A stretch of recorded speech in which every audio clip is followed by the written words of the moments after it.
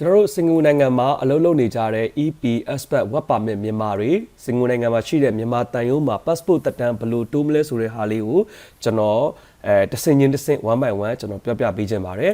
ပုံမှန်တိုင်း passport တက်တန်းတိုးလို့ရတာကတော့ passport တက်တန်း14လအောက်ဆိုရင်ပုံမှန်တိုင်း passport တက်တန်းတိုးလို့ရတယ်ဒါမှမဟုတ်ဘဲနဲ့ကိုယ့်ရဲ့ passport တက်တန်းက14လအထက်ဖြစ်နေတယ်ကိုယ့်ရဲ့ company ကိုယ့်ရဲ့အလုပ်ရှင်ကကိုယ့်ကို pass renew လုပ်ဖို့ရှိလာခဲ့တယ်ဆိုရင်တော့ကျွန်တော်တို့ renew လုပ်မယ်ဆိုတော့ထောက်ခံစာ letter လေးနဲ့တွဲပြီးတော့ဒီတိုင်ရုံးကိုပို့ပေးရမယ်လို့တော့ပြောပါတယ်အဲ့ဒါကကျွန်တော်လုပ်ခဲ့တာက14လအောက်ဆိုတော့ကျွန်တော်အဲ့ဒီစာရွက်တော့မလုပ်ခဲ့ရဘူးပို့ပြီးတော့တေချာခြင်းနဲ့ဆိုရင်တော့တိုင်ရုံးကိုဒီနံပါတ်ကိုတနင်္လာကနေတောက်ကြတနာရီကနေ3နာရီအတွင်းမှာဖုန်းဆက်ပြီးတော့မေးစမ်းကြည့်လို့ရပါတယ်အဲ့ဒါဆိုရင်တော့ passport တက်တန်းတိုးဖို့ပထမဆုံးအနေနဲ့မြန်မာတိုင်ရုံးရဲ့ဒီ WhatsApp နံပါတ်လေးကိုကိုယ့်ရဲ့contact list ထဲမှာမှတ်ထားလိုက်ပါဒီနံပါတ်ကိုကျွန်တော်တို့ WhatsApp ကနေပြီးတော့စာရွက်စာတမ်းအနေနဲ့နံပါတ်1အနေနဲ့ရက်ရှိယူဖို့အတွက်ကိုပို့ပေးရမှာဖြစ်ပါတယ်။ Okay အဲ့ဒါဆိုရင်တော့ရပြီဆိုရင်ဖုန်းနံပါတ်ဆက်ပြီးသွားပြီဆိုရင်ကျွန်တော်ပထမဆုံးလိုအပ်မဲ့ကိစ္စတွေကနံပါတ်1ဓာတ်ပုံရရမယ်။ကျွန်တော်ရဲ့ form မှာဓာတ်ပုံကတ်မှာဖြစ်တဲ့အတွက်ဓာတ်ပုံရရမယ်ဒီဓာတ်ပုံကကျွန်တော်တန်ရုံးကိုတွားရင်းနေကြတယ်ယူသွားမှာဖြစ်တဲ့အတွက်ဓာတ်ပုံရိုက်ဖို့လိုအပ်ပါတယ်ကျွန်တော်တို့ passport ပုံဓာတ်ပုံရိုက်ဖို့လိုအပ်တယ်နံပါတ်2ကကျွန်တော်တို့ form ကိုဖြည့်ရမယ် passport နိုင်ငံကူး6လွှာ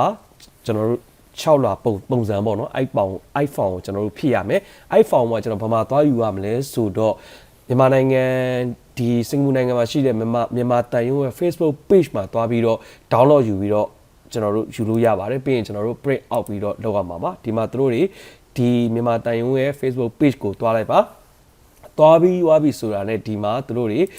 ဒီထဲမှာဒီ file လေးပါဒီ file လေးကိုကျွန်တော်တို့ download လုပ်ပြီးပါပြီဆိုရင် print out ပြီးတော့ဒီမှာအချက်လက်တွေဖြည့်ရမယ်ဒီမှာဓာတ်ပုံကတ်ပါမယ်ဓာတ်ပုံကတော့သူတို့ဒီမှာပြောရတဲ့6လအတွင်းရိုက်ထားတဲ့ဓာတ်ပုံပေါ့နော်အဲဒါတော့ကိုကဒီရက်ပိုင်းအတွင်းမှာရိုက်လိုက်ရင်တော့ပို့ပြီးတော့ကောင်းတာပေါ့နော်အဲဒါဆိုရင်တော့ဒီမှာလဲ6လလည်းဖြည့်ပြီးတော့ဓာတ်ပုံလည်းကတ်ပြီးသွားပြီဆိုရင်တော့နံပါတ်1စာရွက်ရပါပြီအဲ့ဒါပြီးရင်နံပါတ်2လိုအပ်တဲ့စာရွက်စာတမ်းကကြတော့ကျွန်တော်တို့ရဲ့ဒီ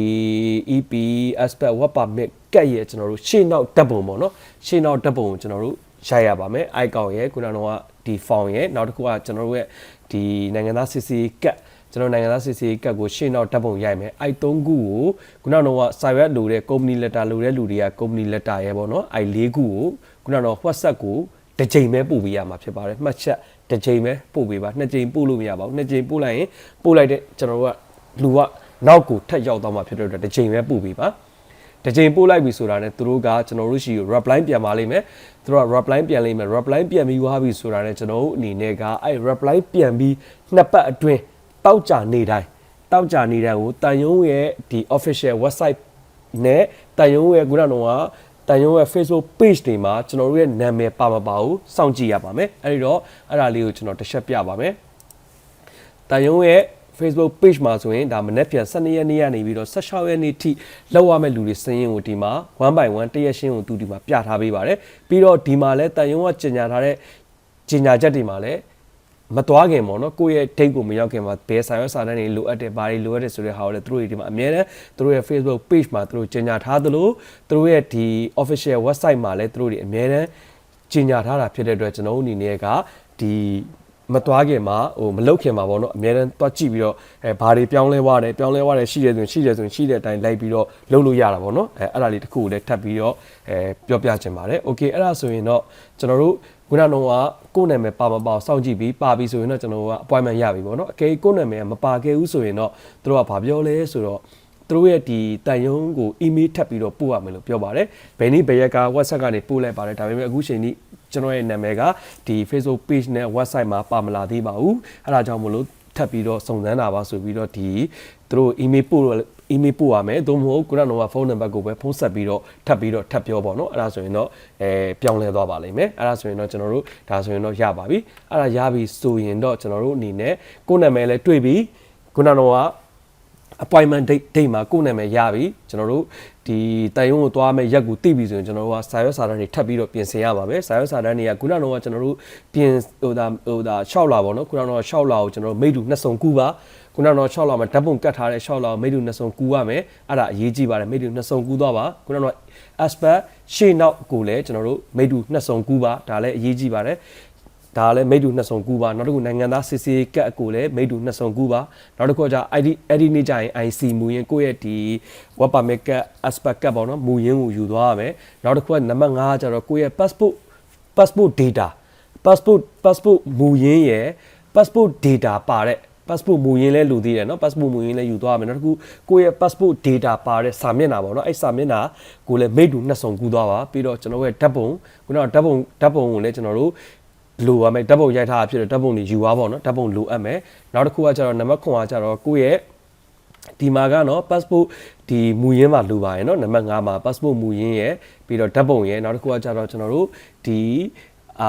နိုင်ငံကူးလက်မှတ်စာအုပ်ကြီးပေါ့နော်စာအုပ်ကြီးကိုကျွန်တော်ကငွေသားမဖြစ်မနေငွေသားထုတ်သွားပါငွေသား$65လိုအပ်ပါတယ်အကယ်၍ကိုက passport တက်တန်းတိုးတဲ့လူက passport 12လအထက်ဖြစ်နေတဲ့သူဒဏ်ကြီးဆောင်ရမယ့်လူဆိုရင်ဒဏ်ကြီးနဲ့လောက်ရမယ့်လူဆိုရင်နောက်ထပ်ဒဏ်ကြီး$45ကိုငွေသားဆောင်သွားမှာဖြစ်ပါတယ်ဒါဆိုတော့ငွေသားတွေမဖြစ်မနေဆောင်သွားပြီးခုနကအကူကအပေါ်မှာပြောတဲ့စာရွက်စာတမ်းတွေလည်းကြိုတင်ပြင်ဆင်သွားပြီးဆိုရင်အဲ့ဒီစာရွက်တွေလည်းရပြီဆိုရင်ကို appointment dateရတဲ့နေ့ကိုမနက်9:00နာရီကိုရောက်အောင်သွားမှာဖြစ်ပါတယ်မနက်9:00နာရီရောက်အောင်သွားမယ်ဒီမှာဂျားထဲမှာတစ်ခုပြောချင်တာအရေးတကြီး walk-in တိုးချင်တဲ့လူတွေကလည်းခုနကတော့စာရွက်စာတမ်းတွေပြင်ဆင်သွားပြီးဆိုရင် walk-in တော့တိုးလို့ရတယ်လို့ပြောပါတယ်အဲ့လိုမျိုး walk-in တိုးမယ်ဆိုရင်တို့ကအမြန်ကြီး$40ထပ်ပြီးတော့ပေးရမယ်လို့ပြောပါတယ်ဒါကတော့မနက်9:00နာရီကိုမနက်9:00နာရီမထိုးခင်ရောက်အောင်သွားပြီးတော့ဒီ walk-in တိုးချင်တဲ့လူကလည်းအားချင်းဘာကြောင့်တိုးချင်တဲ့အကြောင်းပြချက်နဲ့ပြောပြီးတော့တိုးလို့ရတယ်လို့ပြောပါတယ်။ဒါဆိုစာရွက်စာတမ်းတွေလည်းရပြီဆိုရင်နောက်ထပ်တစ်ခုပြင်ဆင်မှုရှိတာကကြတော့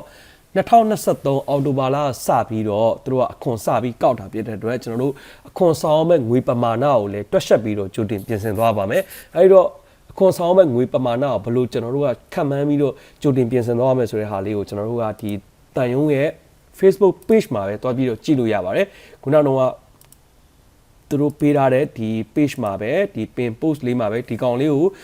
တခါတည်း form ဖြည့်သွားရင်တော့ပို့ပြီးတော့ကောင်းတာပါเนาะဒါဆိုရင်တော့အခွန်ပေးသွင်းရမယ့်ရှောက်လာပုံစံဒါလေးကို download လုပ် print out ပြီးတော့ဒီမှာလိုအပ်တဲ့စာရွက်စာတမ်းတွေအချက်လက်တွေဖြည့်သွားရဆိုဟိုမှာကျွန်တော်တန်းစီတဲ့အချိန်မှာဟိုအလုံးမရှုပ်တော့ဘူးပေါ့เนาะတခါတည်း print out ပြီးတော့လုပ်သွားမယ်ဆိုရင်နောက်တစ်ခုကကြတော့ဒီမှာအခွန်ဆောင်မဲ့ငွေပမာဏကိုသူတို့ကဒီမှာတွက်ပေးထားတယ်တစ်လကိုဆောင်မဲ့ငွေပမာဏဝတ်ပါမယ်ဆိုရင်စင်ကာပူဒေါ်လာလစာ400နဲ့သူတို့ကတွက်ပေးတာဖြစ်တဲ့အတွက် 2% ဆောင်မှာဖြစ်တဲ့တစ်လကို8ကျပ်နှုန်းနဲ့ဆောင်အောင်မယ်အဲ့ဒီကိုက2023နဲ့ကမဆောင်အောင်သေးဘူးဆို2023အောက်တိုဘာလကနေစပြီးအခု2026ဇန်နဝါရီလထိဆိုဘယ်နှလရှိမလဲဆိုလတွက်ပေါ့နော်အဲ့လတွက်ပြီးရင်တစ်လကို8ကျပ်နှုန်းနဲ့ဝတ်ပါမယ်ဆိုရင်အဲ့လိုမျိုးငွေတွက်သွားရမယ် aspect ဆိုရင်လာတာ1400နဲ့တွက်တာဖြစ်တဲ့အတွက်28ကျပ်အဲ့လိုမျိုး PR ဆိုရင်36ကျပ် EP ဆိုရင်60အဲ့လိုမျိုးတွေသူက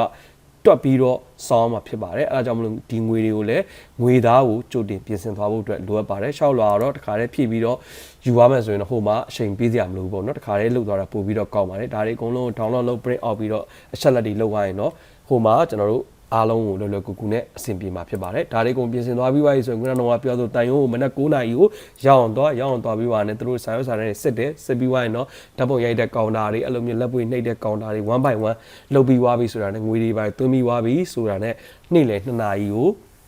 ပြီးသွားပြီဆိုတာနဲ့မနက်7 နာရီလောက်ဆိုရင်တော့ပြီးတယ်ပေါ့နော်7 နာရီ10 နာရီခွဲလောက်ဆိုရင်ပြီးသွားပြီဆိုတာနဲ့ကျွန်တော်တို့ကနေ့လယ်2 နာရီမှာလာပြီးတော့ဒီစာအုပ်ကိုပြန်ပြီးတော့လာထုတ်ရမှာဖြစ်ပါတယ်အဲ့ဒီတော့အရေးကြီးဆုံးကတော့မိတ်တူကူသွားဖို့လုံးဝမမေ့ပါနဲ့မိတ်တူမကူသွားဘူးဆိုရင်ဟိုရောက်ရင်အဆင်မပြေပါဘူးအရေးကြီးပါတယ်ငွေသားတွေလည်းမဖြစ်မနေကြိုတင်ပြင်ဆင်သွားပါဒါလို့ဆိုရင်တော့ passport တက်တန်းတိုးရမယ့်လူတွေဘာတွေလိုအပ်တယ်ဆိုတဲ့ဟာတွေကိုတစ်ဆင့်ချင်းနားလည်လောက်ပြီလို့ထင်ပါတယ်